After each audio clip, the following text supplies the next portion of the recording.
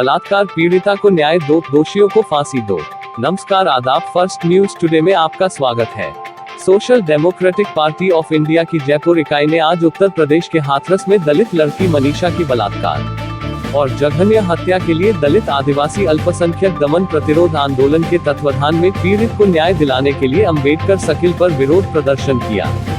इस विरोध प्रदर्शन में एसडीपीआई के पदाधिकारियों ने अपने संबोधन में कहा, उत्तर प्रदेश सरकार वहां के प्रशासन पर प्रदेश के दलित, आदिवासी और अल्पसंख्यक पर किए जा रहे अत्याचारों को रोकने में असमर्थ होने बल्कि उसमें सम्मिलित होने या संरक्षक देने की कड़ी निंदा की है।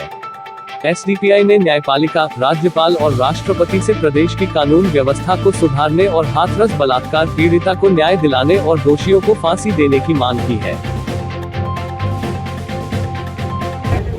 ये जो आज सभी समाज की तरफ से धरना प्रदर्शन आयोजित किया गया है, ये यहाँ की लोकतांत्रिक व्यवस्था में और न्याय व्यवस्था में एक बहुत बड़ा मजाक है हमारे साथ कि इतनी बड़ी बड़ी घटनाएं हो जाती हैं और लोगों को इंसाफ नहीं मिल पाता है। आज social democratic party of India की तरफ से और सभी संगठनों की तरफ से हम यहाँ पर आप इनके साथ कंधे से कंधा मिलाकर उस बच्ची को न्याय दिलाने के लिए यहाँ इकट्ठा हुआ है।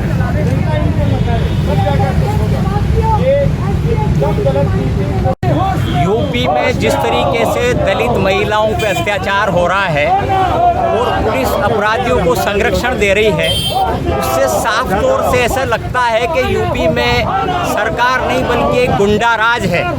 यूपी का मुख्यमंत्री जो है वो गुंडों का खुला संरक्षण देता है।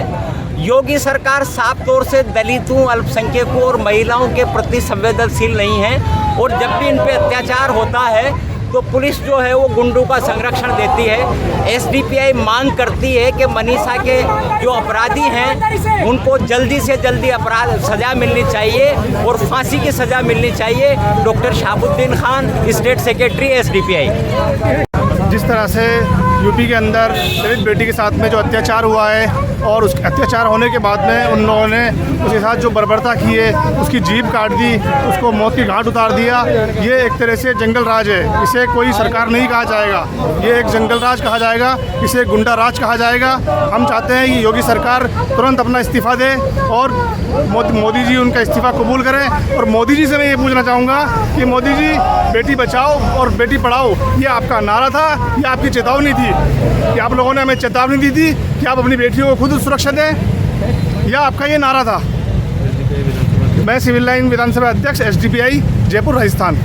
यूपी में जो दलित बेटी के साथ जो नाइंसाफ़ी हुई है और उसको अस्पताल में उनका डेथ हो गई है और रातों रात पुलिस का उसको जला देना, उसके घर वालों को नहीं देना, ये पूरी तानाशाही की निशानी है। और हम मांग करते हैं कि यूपी सरकार को बर्खास्त किया जाए क्योंकि ये बलात्कारियों के समर्थन की पार्टी है और ये पूर्ण रूप से बलात्कारियों का समर्थन करती है। कुलदीप सेंगर का मामला हम सबके सामने है। हमने देखा है कि किस तरह जेल में रहकर उन्होंने पूरे परिवार को मरवा दिया और पूरा का पूरा पार्टी उनके समर्थन में रही है। तो ये पार्टी लगता है बलात्कारियों के समर्थन के लिए बनाई गई है। तो एसडीपीआई राजस्थान ये मांग करती है कि इस बेटी को न्याय मिले और न्यायालय पे जो भरोसा है लोगों का वो कायम रहे और न्यायालय को इसमें हस्तक्षेप करना चाहिए और पूरी तरह से इंसाफ कायम करना चाहिए।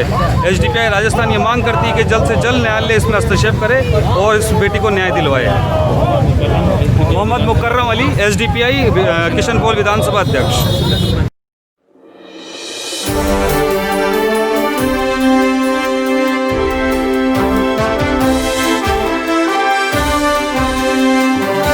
से संबंधित नवीनतम वैज्ञानिक शोध के अनुसार इस संक्रमण का प्रसार दो बातों पर निर्भर करता है।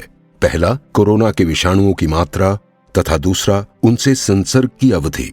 हाथ धोने, मास्क पहनने और सोशल डिस्टेंसिंग का पालन करने में तभी तक बचाव है जब दूसरों से संपर्क हवादार स्थान पर हो तथा न्यूनतम अवधि के लिए हो। जैसे बाजार में एहतियात बरतते हुए परचून या आवश्यक सामान की खरीदारी कम से कम समय में पूरी करने से संक्रमण का खतरा थोड़ा कम किया जा सकता है। किंतु पब्लिक शौचालय, भोजनालय, दफ्तर, शिक्षा संस्थान, शादी समारोह व सिनेमा हॉल जैसी भीड़ भाड़ वाली जगहों पर यह खतरा अत्यंत ही गंभीर हो सकता है। अतः ध्यान रहे कि बंद, तंग और घनी आबादी वाले स्थान खतरनाक तो हैं ही, ऐसी जगहों पर बिताई समय की अवधि भी उस खतरे को घातक बना सकती है। इन बातों का रखें ध्यान, संक्रमण से सावधान, रहे सुरक्षित राजस्थान। सूचना एवं जनसंपर्क विभाग, राजस्थान सरकार द्वारा जनहित में जारी।